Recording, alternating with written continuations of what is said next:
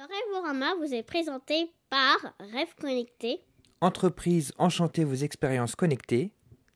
et Souvenirs Connectés. Écrivons et partageons votre histoire et vos mémoires.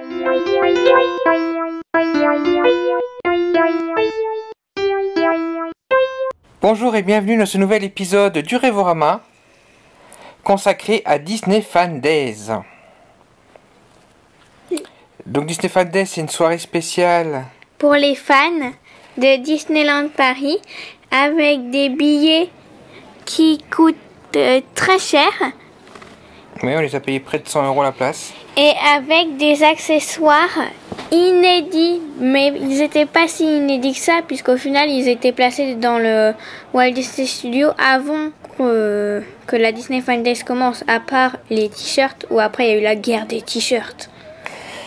Donc en fait, pour commencer du début, Léopoldine, c'est une soirée, donc c'est la première fois qu'ils font une Disney Fan Days, donc c'est Inaugural Party, donc c'est la soirée inaugurale.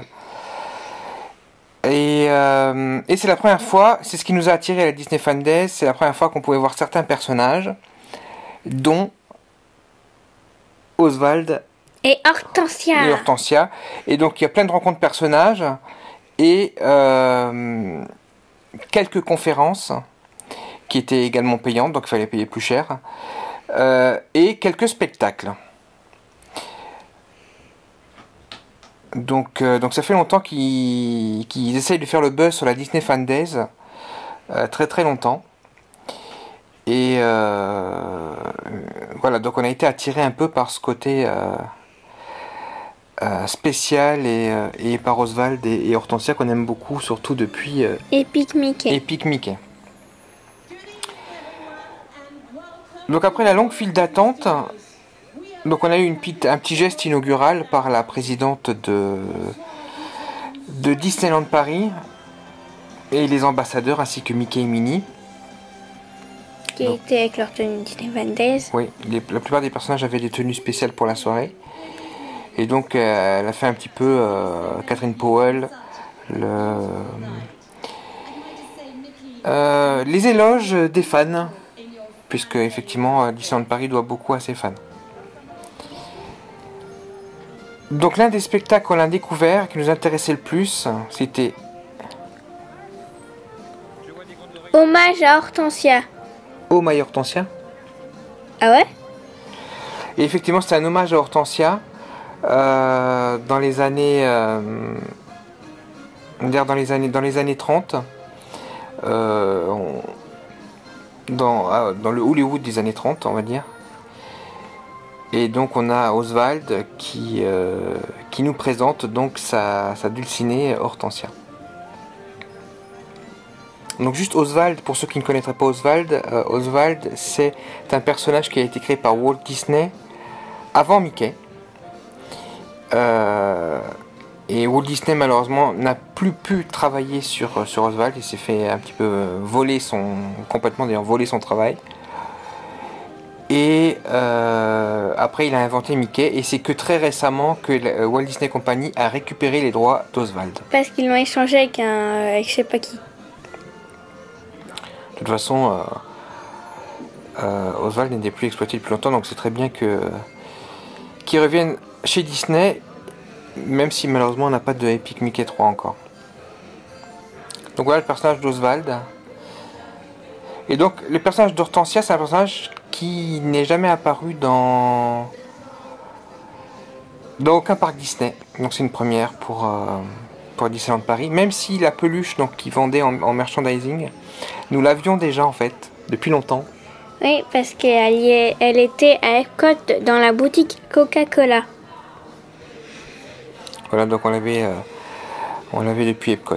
Alors il y avait quelque chose de gênant dans ce spectacle, mais surtout il n'y a pas beaucoup de place, donc et c'est surtout pour les gens qui étaient en face. Et la deuxième chose, c'est qu'il y avait un live lors de cette soirée. Et lors des 3 représentations, il y avait donc des caméramans un peu partout, et qui gênaient un peu la vue, et c'est un peu dommage. Je comprends pas pourquoi il fallait filmer 3 fois le spectacle. Et donc voilà, ça cachait un peu la vue, c'est dommage. Mais sinon il était très sympa, j'aimais beaucoup l'ambiance. Puis c'est assez cool de voir de voir ces personnages. Puis c'est bien aussi qu'il les fait plusieurs fois dans la soirée.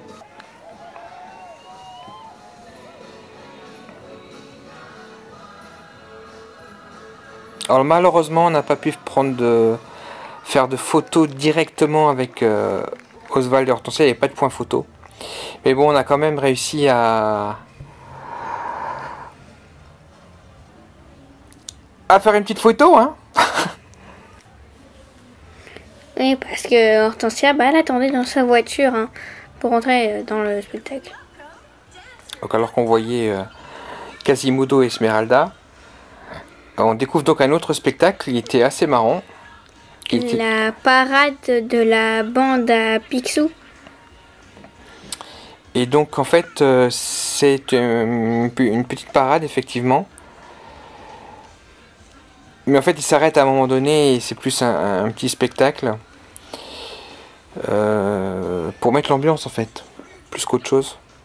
Il n'y a pas vraiment d'histoire, ils sont juste là pour faire la fête. Donc il y a beaucoup d'énergie et une musique qui nous trotte après dans la tête pendant toute la soirée. Et il y a un moment donné, dans leur danse, on dirait qu'ils font la danse du canard. C'est bien ce qu'on voit Flagada Jones, qu'on voit assez rarement. Mais il y a pas mal de canards qu'on ne voit pas dans la parade. Oui. Alors on les voit en dessin sur les chars, mais malheureusement on les voit pas dans la parade. Si on peut appeler ça une parade. Oui, il y a marqué parade, hein, DuckTales parade. Mais... Alors à un moment donné, je sais pas si tu as vu Léopoldine, on va le voir sur les images. Il y a Riri qui te fait un signe. Et en fait Riri a vu ton Magic Band. Et je sais pas si tu as remarqué sur le moment. Donc je te le signale, parce que parfois quand on regarde les images du Rêvorama, on se rend compte de détails on n'y fait pas attention sur le moment. Et après ça devient évident quand on regarde les images. Voilà, encore là on voit les caméras, on voit bien à quel point ils étaient présents.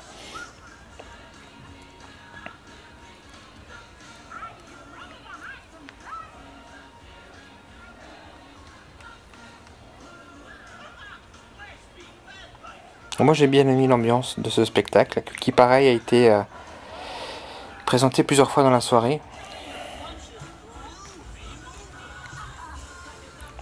Nanana, nanana, nanana, quack, quack, quack.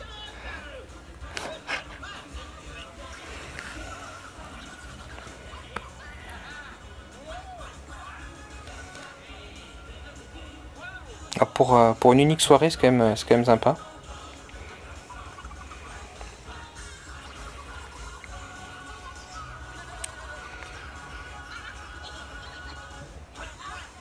Et ouais, le final. Ah, c'est à ce moment-là où Riri t'a fait signe avec ton Magic Band. Et donc là, Robinson. Donc les cast members étaient à fond, les personnages étaient à fond lors de cette soirée. Enfin, il y avait vraiment une ambiance assez spéciale.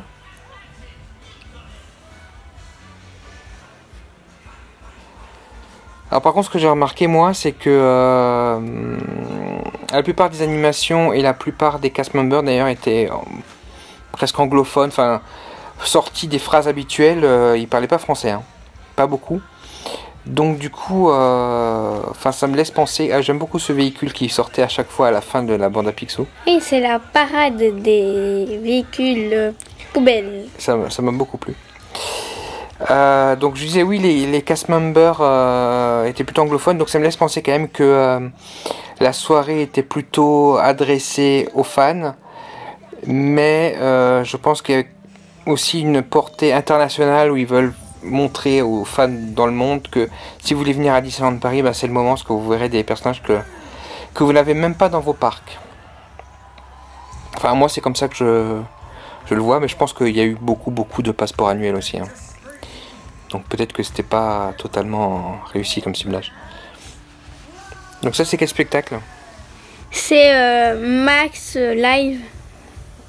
Ouais, c'est un concert avec Max. Alors là aussi j'avais peur parce que parfois ils font des concerts comme ça, comme à la soirée Star Wars ou à d'autres soirées.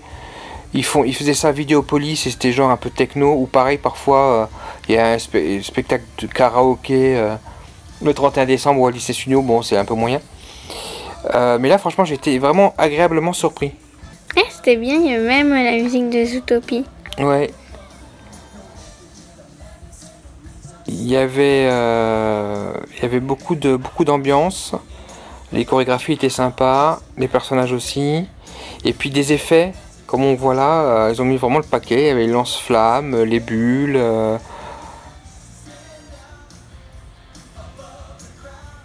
Et puis moi j'aime bien Dingo et Max.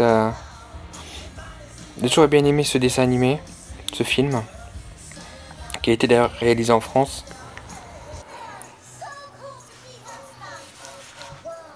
Dingo, le papa solo avec son fils Max, c'est un film d'animation que j'aime bien. Je crois que les fans aiment bien.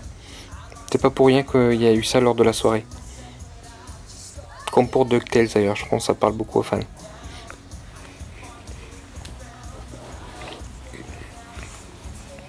Il y a quand même des personnages qu'on n'a pas vus. Hein. Comme beaucoup des personnages récents. Ouais, et d'ailleurs, nous, on vous renvoie sur le Révorama du 12 avril du 25e anniversaire, où il y avait une super parade, où il y avait énormément de personnages, et il y en avait beaucoup plus que là. Donc ça, c'est un peu décevant de ce côté-là, parce que là, on nous promet une soirée spéciale qui coûte quand même 100 € au minimum par personne.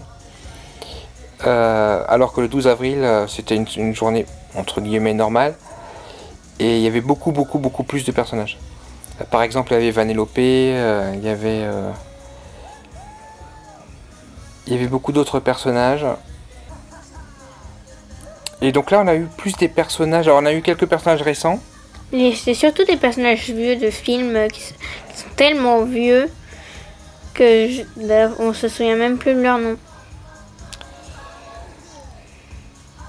Et effectivement, donc bien sûr, ça parle aux fans, hein, mais je suis pas tout à fait convaincu par le choix de tous les personnages qui sont là, ou alors il aurait fallu encore en avoir d'autres. Parce qu'on a bien vu quand même lors des files d'attente que ça coinçait pour certains personnages, il y avait beaucoup trop d'attente. Donc du coup peut-être que... Comme pour Anna et Christophe par exemple, ou pour les vilains. Ou pour Elsa et Olaf. Donc, et surtout que vous verrez lors de la parade de la toute fin, on voit des personnages qui n'étaient pas du tout au point rencontre. Puis il y avait aussi des personnages qui n'avaient pas de point rencontre, mais tout ce qu'ils faisaient c'était se balader, comme par exemple il y avait Phineas et Ferb. Sauf qu'on avait beau leur courir après, on pouvait même pas faire de photos. Ouais, alors le bon côté c'est que c'est bien de voir dans le parc des personnages qui se promènent sans que ce soit forcément un point rencontre où il faut faire une file d'attente. Ça c'est le bon côté, ça met de l'ambiance. Mais d'un autre côté, c'est le signal pour la jungle, le chacun pour soi.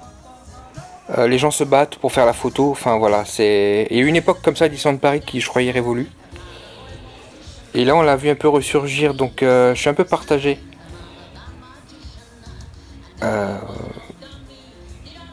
Voilà, donc je sais pas trop.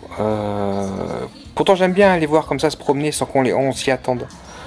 Mais si c'est chacun pour soi, les visiteurs on sait comment ils sont. Bon. Faudrait faire peut-être un mix des deux, essayer de le faire de façon inattendue, mais que le cast member essaie un peu d'organiser un minimum.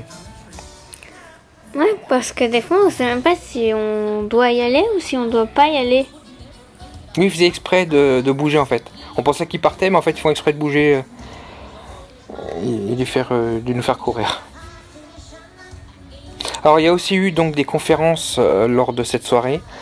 Nous honnêtement, on n'a pas fait les conférences. Bon non, déjà c'était plus cher, je crois que c'était 25 € pour 35 minutes de conférence. Donc voilà, on s'est dit on va plutôt profiter des personnages. Et puis... Malgré le gros trou entre 22h30 et 23h30.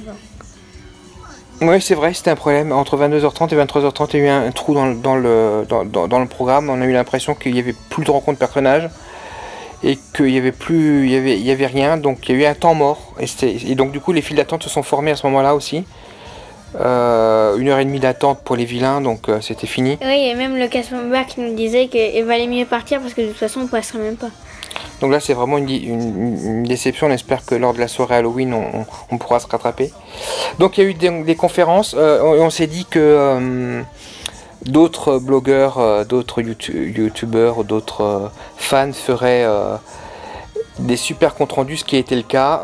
On n'a pas appris grand chose. Il y avait par exemple une conférence avec Tom Fitzgerald, donc d'Imagineering, qui s'occupe un peu du master plan, de la vision d'ensemble, donc du renouveau d'Epcot, mais aussi de Disneyland Paris. Et mis à part quelques mots sur le Visionarium et puis sur un petit peu le renouveau du Walt Disney Studios, où ils ont dit qu'il y aurait une allée centrale, mais ce serait pas Main Street USA, mais ce serait un peu plus inspiré des Tuileries à Paris avec plus de verdure. Mis à part ça, il me semble qu'il n'y a pas eu vraiment de révélation, donc c'est un peu dommage, peut-être un peu tôt. Puis ils ont dit aussi bien sûr que les châteaux d'Arendelle seraient les points culminants des parcs et les symboles du parc Walt Disney Studios.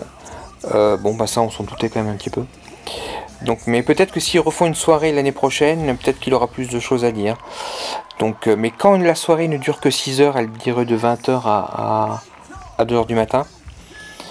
Il fallait en profiter un maximum. Hein, donc moi au début je pensais que Disney Fan Days, il ferait durer ça toute la nuit. Ouais, d'ailleurs le truc c'est que pour je sais pas quelle autre soirée ils ont prévu des bus et tout. Alors que là la Disney Fan Days, bah fallait prendre des bus normaux. Coucou Horace, coucou de filles, coucou Chélimet. Oui, c'est vrai que pour la Disney Fan Days, donc ils ont beaucoup poussé au séjour. Mais il n'y avait pas de navette après 1h du matin, donc c'est un peu étonnant. Donc sauf pour ceux qui ont pris des hôtels où on pouvait aller à pied. Et donc du coup, nous on a opté pour l'hôtel B&B. On avait réservé bien en avance, au cas où. Et heureusement, il y avait une navette, un bus PEPS, un bus normal, hein, avec carte Navigo, qui partait encore à 2h30, donc c'est ce qu'on a pris. Voilà, donc là on voit les nouveaux héros. Alors il y avait une règle spéciale qui était pas plus de 2 photos par personne. Une règle bien sûr qui ne peut pas être appliquée, c'est impossible, surtout que nous on fait des vidéos. Quand on fait autant de files d'attente, on peut pas se contenter de 2 photos. Et puis les personnages étaient plutôt jouaient le jeu, quoi. Ils faisaient un peu le spectacle, ils venaient nous voir dans la file d'attente. En général, il y avait 2 files d'attente d'ailleurs. Et ah oui, souvent il y avait 2 personnages. Et en fait, quand un personnage partait, un autre personnage venait. Et du coup, ils ouvraient l'autre file d'attente. Comme par exemple, là, on avait le choix entre Volt et Mitten. Au final, on a fait la file d'attente pour Mitten. Et quand Volt il est parti, bah, la file d'attente a commencé à avancer. Bon, c'est peut-être pas mal comme système. Mais la loi des 2 photos, c'est nul, hein. Genre, au tout début de la soirée, on voulait faire la photo avec Horace. Et on y était. Et Aliénor, elle fait des câlins pour dire au revoir. Et du coup, là, le Casper, il commence à s'énerver. C'est pas juste. Oui, c'est un peu... C'est un peu dur. Surtout qu'il y avait des gens qui en profitaient. Hein. Il y a des gens qui faisaient la file sur les 2. Alors que là, on voit Phineas et Ferb et Chicken Little dont on parlait tout à l'heure. Oui, il y a des gens qui faisaient la file sur les 2. Et puis ensuite, quand c'était leur tour, ils appelaient leurs copains sur l'autre file qui venaient. Pour faire des photos à 2, à 3. Et puis là, c'était les vilains qu'on n'a pas pu faire. Et puis du coup, ça durait hyper longtemps. Donc il y a des gens qui en ont vraiment profité. Hein. D'ailleurs, ils étaient facilement reconnaissables. On les voyait sans arrêt. Et les princes. Ils étaient déguisés en princes. Donc ça c'est un peu abusé. À la limite, je sais qu'il y avait un photopass pour la soirée, mais ils auraient peut-être dû. Ils ont inclus d'ailleurs quand on l'a pas dit, mais quand on allait chercher donc nos billets au fin fond du Disney Village, on sait pas pourquoi au fin fond là-bas, mais on a dû aller chercher les places là-bas. Il y avait une lanière, un pins,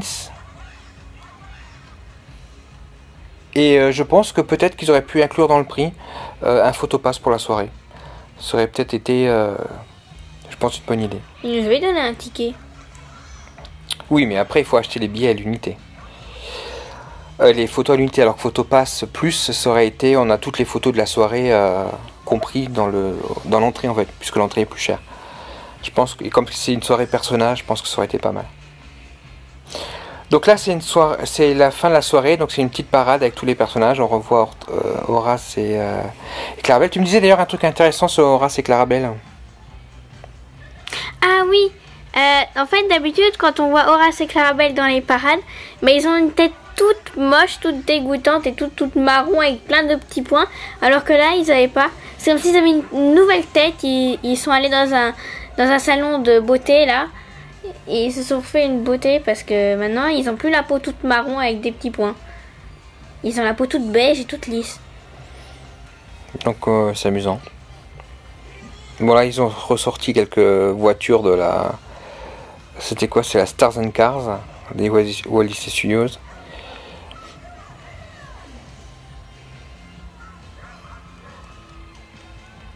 Il y avait Cusco et Kronk. Cusco que j'avais jamais vu en lama d'ailleurs.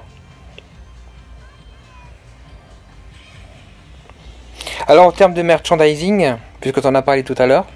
Alors il y avait des lanières. Quoi des? Il y avait des lanières avec Oswald et Hortensia. Il y avait des porte-clés Oswald. Il y avait la peluche Oswald qui était déjà vendue avant. Et la peluche Hortensia qui est vendue à Epcot à Orlando. Il y avait 3 t-shirts différents. Un t-shirt Oswald, donc Oswald sur un fond noir, avec écrit Disney Fan Days, et au dos il y a écrit c'est fun d'être fan à Disneyland Paris. Après il y a le t-shirt Hortensia, c'est Hortensia sur un fond blanc où il y a des images de BD avec Oswald. Il y a aussi écrit Disney Fan Days, et il y a aussi écrit c'est fun d'être fan à Disneyland Paris au dos. Et après il y a le t-shirt Disney Fan Days. Et en fait, c'est juste le logo Disney Fan Days sur un fond bleu avec écrit derrière c'est fun d'être fan à Disneyland Paris. Et ils vendaient aussi une mug géante avec Oswald, Hortensia et avec écrit Disney Fan Days dessus. Et donc, comme tu disais tout à l'heure, pendant qu'on voit Elena d'Avalor, la Reine des Neiges, qu'on a vu Picli tout à l'heure et qu'on voit les Aristochats, tu disais tout à l'heure que en fait il y a eu un truc bizarre quand même pour le merchandising. C'est que normalement c'était un merchandising, donc des produits qui étaient exclusifs à la soirée. Et bon, on paye pour une soirée mais on a accès à des produits qu'on n'a nulle part ailleurs. Et les oreilles, il y a eu aussi des oreilles bleues avec un nœud doré. Oui, surtout que vous les avez eu les oreilles. Parce qu'en fait il y a les oreilles que tu as... Alors oui, alors toi tu as pris les oreilles qu'on avait vu lors de Inside Ears, rose dorée, et Aliénor a eu les oreilles bleu doré de la Disney Fan Days, et on a aussi pris les oreilles de Oswald. Et donc ce qu'il y a eu de bizarre, c'est que donc au lieu que ce soit exclusif, eh bien les produits ont commencé à être vendus dans le parc avant la soirée. Donc déjà les visiteurs qui n'ont pas pris les billets pour le parc pouvaient les acheter. Et puis je sais pas ce qui s'est passé, on a vu sur Twitter, ils ont disparu, ils sont revenus. Et plus les t-shirts. Et donc nous quand on est allé, il n'y avait plus les t-shirts. Je sais pas pourquoi, ils se sont dit il y aura pas assez. Donc on a déjà commencé à acheter quelques produits genre le mug que je voulais absolument. Ça m'a fait une sacrée collection. Mais bon, on est fan d'Hortensia et d'Oswald, donc on s'est fait complètement avoir. Et donc lorsqu'est venue la soirée, donc il manquait plus que les t-shirts. Et pour les t-shirts, ça a été n'importe quoi. Et la casquette aussi. Et ça a été n'importe quoi. Les gens... Ouais. Parce que dès qu'on est entré, en fait, tout le monde s'est rué vers les boutiques. Il y avait des longues files d'attente pour attendre l'ouverture des boutiques. Et dès que les boutiques se sont ouvertes, il y avait tout le monde qui fonçait sur le rayon des t-shirts. Et genre, c'était la bagarre pour avoir les t-shirts. Heureusement, on a réussi à avoir plein de t-shirts de la bonne taille. Par contre, le deuxième gros souci, c'est que pendant la soirée, on voyait tout le monde avec des casquettes Disney Fan Days, alors qu'elles étaient introuvables. Introuvables ces casquettes. Là, on voit donc Ratatouille, et en fait, quand on est allé dans le parc pendant la soirée, donc déjà les temps d'attente aux attractions étaient très minimes, donc les gens qui font jamais les attractions, c'était peut-être le moment de les faire. Et quand on est allé dans les zones Toy Story et Ratatouille, il y avait rien. Alors c'est toujours très joli de les voir de nuit, mais il n'y avait rien. Alors que là on voit très bien qu'il y avait des personnages, donc il y avait Rémi et tous les personnages de Ratatouille, et donc on les voyait pas dans la zone Ratatouille, ce qui est assez dommage. Et pareil pour Toy Story d'ailleurs, il y a Pile Poil. Ils auraient pu faire un point de rencontre avec Pile Poil et d'autres personnages de Toy Story, et il n'y avait rien. Et je trouve ça un peu dommage, parce que finalement la soirée s'est concentrée sur les zones les moins abouties du parc. Notre-Dame de Paris. Il y a un personnage. Alors, si vous savez me dire qui est ce personnage-là. Avec un masque. Ouais, Quasimodo vous avez dit coucou. Ouais, avec tes oreilles rose dorées. Et Pile Poil. Oh là là, Pile Poil, il marche. Ouais, il manquait quand même l'autre saut. Disneyland Paris, il faut essayer d'avoir l'autre saut. Ils l'ont eu une fois, un jour, sur une parade, pour un prince. Mais nous, jamais on l'a vu, l'autre saut. C'est notre grande déception. Peut-être que l'année prochaine, moi je voterai pour Vanellope et Ralph comme invités d'honneur, puisqu'il y aura en plus les mondes de Ralph 2. Et pensez à l'autre saut. Voilà, c'est une petite demande, un petit message personnel pour ceux qui nous écoutent. Voilà, ces petites parades, moi j'ai bien aimé pour finir la soirée, je trouvais que c'était assez chouette.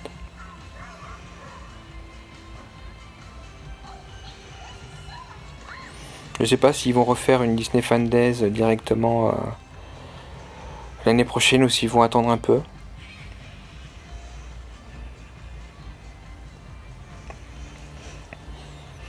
En tout cas, on voit bien en ce moment qu'ils essayent de faire un bon nombre de soirées.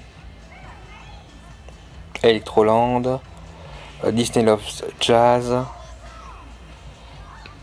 donc la Disney Fan Days, plus toutes les soirées Passeport à Infinity. Je crois qu'il y en a une Marvel qui vient, plus une pour clore le 25e anniversaire.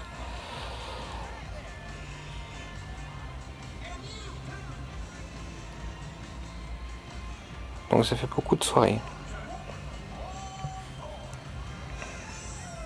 Puis il y avait Joie et Tristesse que nous on a vu à Epcot.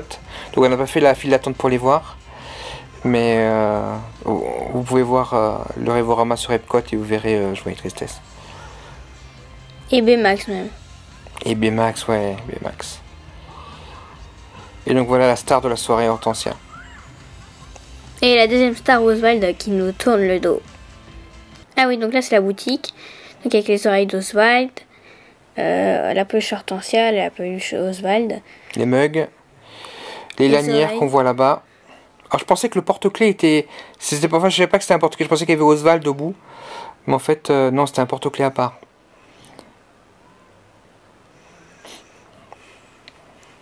Et on voit bien, là, c'était le moment où il n'y avait pas encore les t-shirts. Alors, pour choisir les tailles, alors qu'il y avait tout le monde qui fonçait sur les t-shirts, c'était... Ouais, parce que ça, c'est avant la soirée, hein. Quand c'était encore un peu calme. Et là, on voit les t-shirts, c'est fun d'être fan.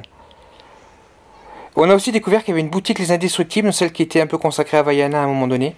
Donc, apparemment, c'est une boutique qui va bouger un petit peu avec l'actualité Disney. Donc là, puisque Les Indestructibles 2 va sortir, ils ont fait... un point rencontre et une boutique pour les Indestructibles, donc pourquoi pas. Surtout que ça va bien que les super-héros Marvel, même si c'est pas Marvel, les Indestructibles, ça reste des super-héros. Donc je trouve que ça a du sens. Puis une autre boutique qu'on a vue, hein, c'était la boutique Lego, où il y avait donc le roller coaster dans ton rêve. À bientôt! À bientôt! Voici Léa, directrice d'une PME. Elle aimerait créer le buzz autour du lancement d'un nouveau produit. Cependant, elle ne sait pas comment s'y prendre. Là, c'est Roger. Il souhaite transmettre son histoire à ses proches. Mais Roger est perdu face aux nouvelles technologies. Enfin, nous avons Margot, maman de 2 petites filles. Elle souhaiterait qu'elles soient rapidement initiées à l'informatique pour les préparer au monde de demain. Grâce à Rêve Connecté, Léa, Roger, Margot et ses enfants vont pouvoir réaliser leurs projets en devenant des pros de l'expérience connectée. Cette entreprise, spécialisée dans les nouvelles technologies et le web, vous permet de vivre vos rêves connectés. À travers 3 types de prestations adaptées aux professionnels et aux particuliers, Rêve Connecté vous accompagne et vous conseille dans tous vos projets numériques. Grâce à Rêve Connecté, Souvenirs Connectés et coach numérique à domicile, créez une expérience mémorable autour de votre entreprise ou pour votre famille. Alors, n'hésitez plus. Contactez Rêve Connecté et demandez votre devis.